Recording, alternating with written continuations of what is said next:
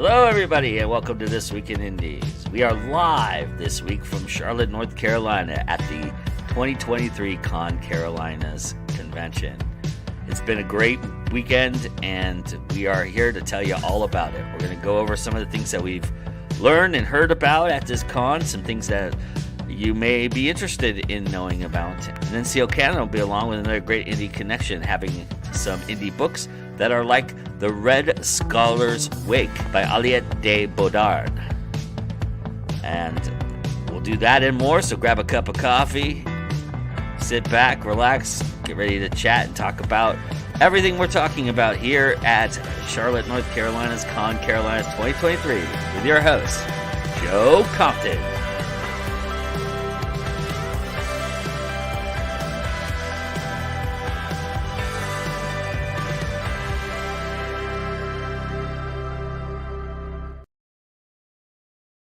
Hey everybody, welcome to This Week in Indies. Yes, we are live from Charlotte, North Carolina. Yeah. I've got the great Bob McGough sitting next to me. And we are upstairs in the pool area of the hotel, simply because it is crazy down there right now. And I want to get this man back there so that he can sell some books as fast as possible. Yeah. But that being said, it's been pretty good con, wouldn't you say, Vaughn? No, this is my first time here, and so I don't have a point of reference comparing it to last year's con, but I can compare it to a lot of other cons, and it really has been just a fantastic experience. Tell everybody a little bit about yourself, Bob. Not that anybody out here needs to know, right. They all know you. Yeah, no. For those who don't, excuse me, I'm Bob McGough. I write urban fantasy series about a redneck wizard with a crippling meth addiction. And I do a bunch of other little dribs and drabs. And I had the good luck to be a guest here at ConCarolinas doing a number of really, really cool panels. So, what was your favorite panel this time around? I will say this: going into it, I thought I had no idea where this panel was going to go. I worried about it. We got into it. It went like nothing we expected it was going to go. It was a panel late at night. I was like, this is going to be a hot mess. And I know 10 years from now, I'm going to still be talking about this panel. Like it was called Fight the Fairies. It was about basically comparing UFO mythology and fairy mythology. And I don't know that that's exactly what we ended up talking about. No, not even close. But you know the panel has something going on when your moderator just halfway through the panel goes, so my next question is, how do you define reality? And I was like, Jim, it's 9:30 at night, Jim. That's two nettles for you. Jim was moderating that panel. Yeah, it was amazing. I had a ton of fun on that. Everyone did a great job. Sean was on there, Sean Hillman. Like it was just a great panel. Everyone killed it. And I had someone unprompted tell me 3 years ago into ConCarolinas, it was their favorite panel. So I don't know that they never said that they had actually attended panels at ConCarolina, but I'm going to take it, It made me late for my panel, which was right after that. But yeah, it was a really good panel. That was a real fun one. Yeah. And the interaction and everything like that.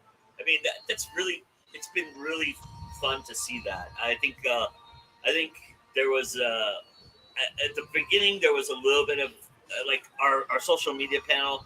There was a little bit of quiet going on there a lot. No, that one really popped off though. Like, yeah, I feel like we kind of got a slow roll, but that was most of our first panel of the weekend, Yeah. And I think a lot of folks just had to it's been a while since they've done a con, but that one was a ton of fun. Like that it was a good one, and I feel like a lot of folks got a lot out of that. I had people come up afterwards asking more questions, So that's always the sign. I feel the sign of a good panel is if you leave them wanting more, but you're still there to provide it, Yeah. So I really enjoyed it. So, I mean, ConCarolinas is kind of unique that it does have a lot more than just authors here. There's a bevy of artists, and there's a film festival, which I attended yesterday, which was really interesting. And so it was about 5 hours of short films. And I couldn't believe the room was packed. Every chair was taken, and everybody, for the most part, I would assume stayed for the majority of it. So to sit there for 5 hours in those little conference room chairs. Yeah. And watch short films. That's admirable. For Yeah. Sure. Well, I think it's something that, like I'm from the deep South. I've lived here my entire life, and that's something that we don't have a lot of film festivals. Yeah. And so for a lot of folks, this is their chance to actually experience something like that in their hometown. Yeah. Like Montgomery has a small film festival. But most towns in the South do not have film festivals. So like, a lot of folks who are coming here, like I could see where that's like, no, this is my chance to do a film festival, and they were locked in. Yeah. So I totally get that. Yeah, there was some good conversation right before it too that I had, and some good interaction. That's the other thing is there's been a lot of good interaction here. This con is well situated for the size of it to be kind of where you are basically roaming in one space for the most part. And I think that's a testament to this con and the idea of it. And all the panels are pretty much in one little area. There's 3 little rooms there. I didn't really move much from those, deviate from those areas at all. So the only negative that I've heard people talking about, and to me it ended up being a huge positive, was the up escalator broke on day 1. Tell everybody why it was a huge positive for you. It was a huge positive because the only way you could get up back to the first floor was using the elevators, and my booth is directly by the elevators, so everyone has to walk by me. And they're all standing in line waiting, so they're all peeking over at Bob's books. Yeah, it's worked out well. It's worked out well. How would you say the sales have been for this thing? Have you felt like you've gotten what you expected, or is it that your expectation overexceeded it? So I'll say this, like I'm huge on transparency. Y'all will see the exact breakdown of the numbers when I do all the math on my blog and whatnot. But I came into this con knowing I would not make my money back. There was fundamentally no way for me. Like I know how like a good day of sales, and if I had 3 exceptional days of sales, I would not make my money back. But for me, a con like this is perfect because it's outside of my core area. Like my core area is cons in Atlanta, Alabama, things like that's my core area. And this gets me well outside that, but I'm able to connect with a bunch of folks that I've paneled with at other cons. They're all here. This is their home stomping grounds, and they're able to connect me in with like, oh, hey, have you met David Coe? And I was like, no, I haven't. I'm kind of fanboying here. Like I really appreciate the introduction. And so for me, my goal was to just cover my hotel room. And I think as of coming to this, I think I'd covered it. Nice. And because I had to get, because yesterday was a little slow for you. It was a little slow, but honestly, I think partly it was because of the film festival. It was so popular. A lot of folks were at the film festival and locked in on that. But it was a little slow, but it's still a good day. And I had a really good Friday, and today's been really good. So I think I've covered my hotel room, and I lucked into a hybrid car to get me here. So my gas cost came down a little bit. So it's shaping up to be a great time. But you can't put a price on the intangibles of getting to hang out with Nancy Knight. Like getting FaceTime with someone of that like stature. Who she was gifted like a lifetime achievement, or not gifted. She was awarded like a lifetime achievement award here at ConCarolinas, much deserved. Like getting to see that happen, and then getting to have FaceTime with her, like you can't put a price on that. And to me, that's at the end of the day where I'm at in my career. That's why I do cons, is to get to meet people, learn what is this person doing. The person who's vending next to me, I took notes on their booth because they're doing some things that I need to do. I'd like to do a lot of panels, so I'm not there to sell my books if I'm not there. But so what she does is she puts little notes in every book at the top saying, if you like this and you like this, you'll like my book, know? And like, that's, if I can't be there to give my tagline, I could put my tagline on top of the book, So that's something I'm going to, ooh, that's a good idea. I'm going to steal that. So that's the stuff you can't put a price tag on. I've been to probably, how many panels did you do this weekend? 4, 5. No, I did 5. Yeah. 5. So I've been to three of the 5, and every time I thought Bob knocked it out of the park. I appreciate that. I think everybody left I mean, he's right now being known in this con as Bob from Alabama. Yeah. Alabama Bob. So he's done remarkably well for himself in that respect, and it's well deserved. He was really good on all the appreciate panels, that. especially the one that we did together. That was really a good one. Yeah. And I've done 3 panels myself this weekend, and I got put on the late night shift. So every late night I've done a panel. Like I've been the last panel of the night, pretty much. Yeah. For the other 2, I did a horror panel about horror movies, and then a panel about the View Askew universe. And I sat in on that one, and that's the thing. Late night panel like that, the attendance is not going to be good. Yeah. But the attendance you have, they are passionate. You know, like they probably have as much to say about the topic as you do as the expert. You know. And the moderator, who was Dance Harden, did a really good job of including the audience, I thought, as well. So. Yeah, she definitely took time out. Like a lot of times, you know, they'll just open it up as anyone have questions, but they made a real effort to be like, hey, why don't each of you take a moment and talk about what the universe means to you? Yeah. Like, well, how has it impacted your life? And it was so neat to have that kind of interaction. Like everyone in this room was talking about, and like I'm from the backwoods, and there was another gentleman there. He was also from the backwoods, different states, but both from very rural communities. And we could both commiserate in how, like, you know, those movies, it was like, that was kind of some of our first exposure. Like, oh, there are weird people like us, you know, is representation for weirdos to a degree. And being from the backwoods, that you didn't get a lot of that. So how seminal that was to us. And that was neat for us to be able to bond. And, you know, that gentleman came by my booth this morning, and we talked a little bit. Oh, nice. And great guy. And book? No, because he only does ebooks. Oh, okay. So he got my card. He's like, look, I'm going to pick it up. So, but even if he doesn't, like, I had a great interaction, and I like to think he's going to view me favorably. And so, you know, at some point, maybe he'll vouch for me on something, you know, maybe like, oh man, you know, you're looking for a panelist for this? See if Bob's available, you know? Or he may be like, oh my God, that redneck. No. This is not the panel for him. And that can also be a good thing too. Yeah. You know?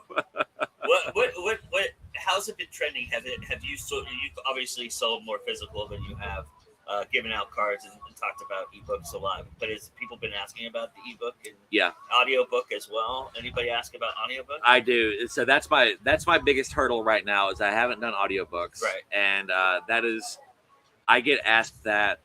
That's the most common question I get, is like, can I get this audiobook? Anytime I do social media posts, like big pushes, like social media campaigns, I always have 3 or 4 people like, I want this, but I only do audiobook.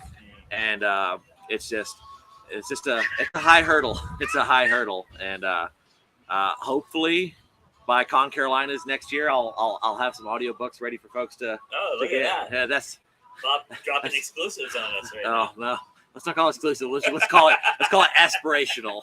Aspirational. But yeah, no, I have had a lot of asks, and I'll say this. This was my first con that I've had my omnibus for sale, and that's worked really well. Nice. It was a recommendation to me by Ben Meeks, and shout out to him. He's kind of my selling in person mentor. He has a trilogy, and he told me, he's like, I do not order copies of books 2 and 3 to sell. I bring copies of book 1, and I bring copies of my omnibus, you know? And it makes packing for these events so much easier. I have 5 books in my series. I'm about to have 6. Yeah. If I have to bring copies of every one of those, it's a lot of books. Yeah. And so I bring display copies of every book, but then all I packed was book 1 in my omnibus, and that worked out really well. Like I didn't know how my omnibus sales were going to go, but they've gone well, because a lot of folks are like, well, you know, let me get book 1 and book 2. And I tell them, like, well, look, I actually don't have book 2 here with me for sale, but you can get books 1, 2, and 3 in an omnibus, and it's actually cheaper than if you bought 1, 2, and 3 individually. And every time I do that, I've sold an omnibus. That's awesome. Yeah. Anytime someone has asked for more than 1 book, I have sold an omnibus without fail. And you know, being able to sell them 3 books at one, and they were only asking for book 1 and 2. That helps. Yeah. Every little bit helps when you're when you're a small fry like me. Did you? Has anybody asked you about hardcovers or anything like that? No one has asked, but I had a really good conversation with a gentleman. We got to talk about Brandon Sanderson's Kickstarter, and you know, when that, for those who aren't aware, he did a Kickstarter that broke every Kickstarter record, $42 odd million, I think it raised. Yeah. And there were a million articles at the time like, this is going to forever change the publishing industry, and it's not. It's not. It didn't do anything. No. To me, though, what I think was the real what I learned from that was the reason Sanderson did that. There's 2 reasons that he went that route. He cannot get his publishers to do audiobook, print book, ebook bundles. Yeah. He thinks that if you buy the print book, it should also come with the ebook and the audiobook. And so I think I could see I would love it if the industry would head in that direction. Yeah. But the other thing was he struggles to get his publishers to do those nice like leather bound editions. And the point he makes is like, yeah, 0.01% of your readers want that, but the ones who want that really, really want that, and they will pay a premium for it. You know, there is a real desire for that. And, you know, It's a collector thing, right? Exactly. And so my again, aspirational goal is I don't feel like I have the fan base currently to justify it, but I do want to do an illustrated nice edition of at least the first book, Bringing Home the Rain. And it's one of those deals like I feel like that would be I always view like I write the books I want to read. I try to produce the products that I would want to buy. And like that is something that I want. So hopefully there's at least enough other weirdos out there that want it too. They'll make it worthwhile when I go to do it. So Totally. So did you get any new pins to I did. weekend? I did. So I got a Warriors pin from a vendor here. They were very nice. And Berta Plattis and Nancy Knight gave me this awesome writer pin. It's a typewriter. And I've been Dino'd. So for those who are not in this neck of the woods, I've been hearing about Dino for a long time now. And everyone, oh, do you know Dino? I was like, no, I've heard great things. I've never had the pleasure of meeting the man. They call him Book Santa. Yeah. And I will challenge you to find someone who is more supportive of indie artists. Like, he shows up to cons and buys multiple copies of everybody's books, takes them, gives them away. He brought me a goodie bag of fossils and nice like polished gemstones. And then I just happened to offhandedly mention, like, you know, my kiddo is becoming like a budding rock hound. He came back later with an even bigger bag for me to give to her. You know, like he's just the nicest person. Book Santa, Dino, and he's got these buttons, and they call it "You've been Dino'd." When he shows up to your booth and he buys, like, give me one of everything. You know, You've been Dino'd, and this weekend I've been Dino'd, and we've been friends online for a little while now, and it was awesome to finally get to meet him in person. And if he watches this, Dino, everyone loves you, man. Yeah, that was a highlight of my con for sure. Standing there and talking to him for a little bit. I got a selfie with him that you all will see. I'll post it after I get home. But yeah, it was that was really cool. He's a really cool guy. Yeah. For sure. Oh, for sure. And the stories are just remarkable and just amazing. Yeah. You know? Yeah. He on his way here, he like stopped at like every independent bookstore between his home and here, bought a bunch of books, and like gave the staff like polished gemstones, like, and then would go out into the parking lot and place some in the parking lot for people to find. You know, like he's the most generous person I think I've ever met in my life. And just like met him for the first time, I was like, I've known this man for years. You know, he just gives you that vibe, and he treats everyone like they're the biggest rock star on the planet. And you know, sometimes the indie artist life is a bit of a struggle, and sometimes just having that interaction of someone who treats you like you're a big deal, and like that's huge, you know. And like more than buying the books, I think that's the real appeal of Dino, is he makes, like, yes, selling books is great, but like having someone that, like, you know, just wholeheartedly supports you, that's an intangible that you can't put a price on that, you know. This con invites a lot of I wouldn't say dignitaries, but literary literary folks that are, if not giants, they're just right below that. And David Pico, Jeff Strand is here. Nicole Gibbons-Kurtz is here. I mean, John Hartness, of course, is here. Stuart Jaffe. Jaffe, thank you. Yeah, and they had the guy who originally played Jason. In Friday the 13th, I don't know his name off the top of my head. Ari something. Yeah. Sorry, super. But also, like, I've literally met no guest here that wasn't just super friendly. Like, there's like David Pico, like I'm here, like I'm vending across from him, and I'm like fanboying so hard. And like I got to meet him last night. Like I introduced to him, and he was just the friendliest, most genuine person. And I was just like, but everyone's been like that. Like no one cares. Like I'm a bigger name than you or anything like that. They everyone's treating everyone like an equal. Everyone's so welcoming. For a poor boy from Alabama, North Carolina's been real good to me. So I would say if you we'll talk about the effects and why ConCarolinas might be a good choice for you. Let's do the Indie Connection, then we'll come back and do that and wrap things up. This is going to be a little bit shorter show. One, because it's windy and cold up here, and two, I got to get Bob back so they can sell some books. So, but here's the Indie Connection, then we'll be right back, everybody.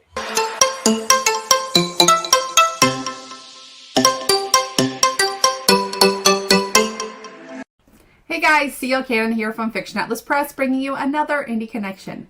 Today I'd like to tell you about some indie books that you might enjoy if you're a fan of The Red Scholar's Wake by Aliette de Bodard. The first book I have for you is called Deus Ex Mechanic by Ryan Fletcher. Alice is the best mechanic the corrupt coalition regime has ever seen. When she's kidnapped by an infamous vigilante space pirate named Violet, she has to make the hardest decision she's ever made. Escape back to the comfort of the coalition, or risk everything to fight injustice. When Violet decided to ransack coalition vessels, she never thought she'd have to fight her feelings for Alice, too. Will giving into an affair with the treasonous mechanic cloud her judgment and jeopardize the safety of her crew? As they fight side by side against ruthless rival pirate Captain Leo and his crew, will they grow closer together, or will everything fall apart and leave them stranded in dark space? The second book I have for you is called Stargun Messenger by Darby Harn. Astra Adari must keep the last living star alive in a galaxy lost to shadows. Astra Adari is a mess. She drinks too much, remembers too little, and barely pays for it all as a Stargun messenger. She hunts down thieves who steal filamentium, the fuel that allows for faster-than-light travel. When Adari meets Jen Emera, she meets the girl of her dreams and the last living star. There's just one problem. Filamentium is only found in the blood of living stars. Everyone wields knives and justifications for butchering the living stars, but when Sildari knows the truth, she faces a stark choice. Either she turns Emera over to her employers, who control the Filamentium monopoly, or risk everything to help Emera fulfill her quest to save her people. The choice should be simple, but it's not losing her life that terrifies Adari. It's finally living. Adari knows she's human, despite outwardly appearing to be an android with a failing memory stitched together by her ship's irascible AI, Crux. She's been just getting by for longer than she remembers, assured in her humanity, but not enough to risk it. Adari has lived her entire life in darkness. The dark comforts and shields. The dark preserves in its cold, and Adari may not be able to keep her star out of her shadow. The third book I have for you is called The Lost Colony Ship by M.D. Cooper. Major Tanis Richards didn't start this war, but she's sure going to finish it. The greatest colony ship ever built has been Tanis's home for over 100 years. Now she's been ripped from it, captured and tortured by pirates eager to learn the vessel's location. What they don't know, but are soon to find out, is that Tanis hails from humanity's golden age. She has both the ability and the will to take out anyone that stands between her and reunion with her people. Freed by an unlikely group of smugglers, Tanis joins forces with Sabrina's crew, traveling to Bolem's world, where she last saw her colony ship. Her mission leads the crew across hundreds of light years of space, from barroom brawls to facing the most powerful fleets in known space, in a showdown between lost ancient technology and modern might. What she doesn't know is that her actions are about to light a fire that will spread across all human space. And the last book I have for you is called Rescue Her Heart by K.C. Luck. 2 women, 1 galaxy. As a decorated space ranger in the 8th galaxy, Captain Natalie Nat Reynolds has an exciting, albeit lonely life. Yet when Nat answers a distress call from a craft in trouble on a nearby planet, it has the possibility of changing the trajectory of her life forever. Catherine Porter is down on her luck in the worst way. Evicted, almost penniless, she worries all hope is lost until a charismatic stranger flies into her life.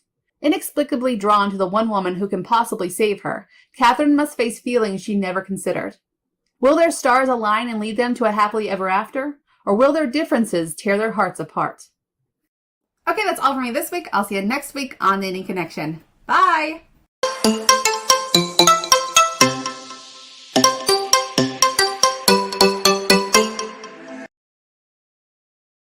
See, even rural like this and on the road, we always have the indie connection, and I thank CL Cannon for doing that. That's really awesome. Go get those books, everybody, and check them out. Go get this man's books too, and check them out. And I think I want to kind of end this conversation about talking about why you think ConCarolinas is a really good place for indies out there who might be considering, what their schedule might be like next year. Yeah. So for me, what the big appeal was for me specifically was I had a good number of connections here who could walk me through the process, like, hey, what do I need to know going into it? But outside of that, the other thing is it's in a really good location, like it's close enough to Atlanta that a lot of folks from Atlanta are coming up here. Yeah. It's not that far from DC, it's not that far from big places in Virginia. Raleigh's right up the road. Like there's a lot of big metro areas around here. And also this neighborhood, this region has so many indie, like bigger name indies out there. Like it's really, really impressive how many there are. And so, but it's a great place to like networking here. You're by proxy networking in all the metro areas around there, Nice, yeah. And the fans that you're talking to are taking your books back where they came from. Yeah. So like, I don't know that I've sold a lot of books to people in Washington, D.C. at the cons in Atlanta, but I'm pretty sure I sold some to some folks today, and if they go up there and they love them like I hope they will, word of mouth will very slowly start to spread up there. And that to me is why this is so good. It's so securely located and spreads you out into so many good metro areas. Something that struck me yesterday, we were at the grocery store, Bob and I, and Bob was talking to the clerk, and the clerk said, "Oh yeah, that's a really big deal, isn't it?" And I was like, "Wow, I didn't even think about how the residents of Charlotte think about this." Yeah, yeah. And there's a lot of just people who just come in here and take a look. I mean, this is not a bad location area. I mean, it's not near downtown or anything like that, and it's like 20 minutes from the airport. But people are coming, and it's interesting. I mean, they have this neat little boardwalk behind us. That's kind of cool. And there's a lot of people who go there, and they cool good little Mexican restaurant down there. This area is very, very walkable. Yeah. And that, like, I've done a lot of cons that maybe around this size, but if you need food, you got to get in your car and go find it. Yeah. This one, like, I pay double for the hotel food. Right. And so I parked my car here when I got here on Friday, and I've not moved it since because I've been able to walk anywhere to get food, and it's been good food. And I haven't had to pay the hotel prices for food, which, that's where they get you. Like, it's one of those, like, a lot of folks don't sit there and think about, like, all right, if I go and do this con, the booth fee is this. Yeah. They might think about how much your gas is, but a lot of folks don't really factor in the food cost, and like me, I know how I view it is, look, I'm fat, I'm going to eat anyway. Like I'd be eating if I was at home. So I don't sit there and track my food costs because I was going to be eating anyway. But what I do pay attention to is, am I paying a lot for food or a normal amount for food? And if for the con, if I can pay my normal amount for food, I don't even factor that into my calculation. Yeah. But if I'd gotten here and I had to eat the hotel food 3 meals a day, I'd be like, ooh, I'm really deep in the hole, Yeah. But it's been great. Very walkable. Like we walked to a grocery store, and Yeah. It was 5 minutes from there. Yeah, it was perfect. Yeah, totally. Yeah, I think this is a good con for anybody who likes to do panels and stuff like that. There's a lot of great panels. There's a lot of I wouldn't say new panels, but there's a lot of good variety of different things. A lot of really creative ideas on these panels. A lot of panels I've never you do enough and they of were these. Pretty open to all the ideas. They really were, and you do enough events, you kind of start seeing some of the same panels kind of populate, but really a ton of just really creative ideas. And another real good reason to come here is a lot of the people that are guests here are program directors at other conventions. Multiverse Con, where the last time we were on live together, the co-chairs of that con are here. Jesse and Allie are here. Yeah, they're here. There's another con that I saw a booth for. I didn't stop and talk to them, but there's another con. Yeah, but Sean Hillman, who he was going to be here, unfortunately he was unable to make it. But he's the programming director for tracks at a number of different cons. Yeah. And obviously you don't go up to these people and just brown nose them. Yeah. But they're all approachable people. Just go up to them and talk about whatever geek. Like me and Sean, we were big into indie RPGs, and we could sit there and talk about indie RPGs at length. And so I'm cautiously optimistic that some coming cons, me and him are going to do some indie RPG panels, and I think it'll be great. And so that's what it is. You just come and you make these connections, and you don't sit there and hey man, I'd be great on this panel. You should totally do it. But what you do is when applications for that con open up, you send your application, you send a message to Sean hey Sean, man, I don't know if you remember me from ConCarolinas, but I really enjoyed talking to you. I just wanted to let you know I applied. I'm not asking you to pull any strings for me, but just if you think I'd be a good fit on something, throw me on there. I'd love to help out. And folks remember that kind of stuff. Be polite. Don't demand. Don't show up to panels and just expect to be added to them because you feel like you're an expert. For me, I'm a notorious little weasel, but I've never shown up to a panel and been like, hey, put me on this. Yeah. Weeks ahead, I will shoot a message hey, look, if you have someone drop on this panel, I think I'd be a good fit. Just keep me in mind. I appreciate your time, and move on. And I weaseled my way onto a panel that way, but no one was upset about it. Someone, I did not overload the panel. It was fine, and so just be a professional. Yeah. Bottom line is be professional for sure. All right. Well, I think we've exhausted talking about ConCarolinas. We've had a lot of fun here. It's been a really good weekend, and it's just been a really good time, and I think it's a really good con, and hopefully we'll be invited back again and be able to do this again, and we'll just do it bigger and better next time. So thanks everybody for joining us. Bob, you want to say the magic words? It's always time to go indie now. As I didn't get it.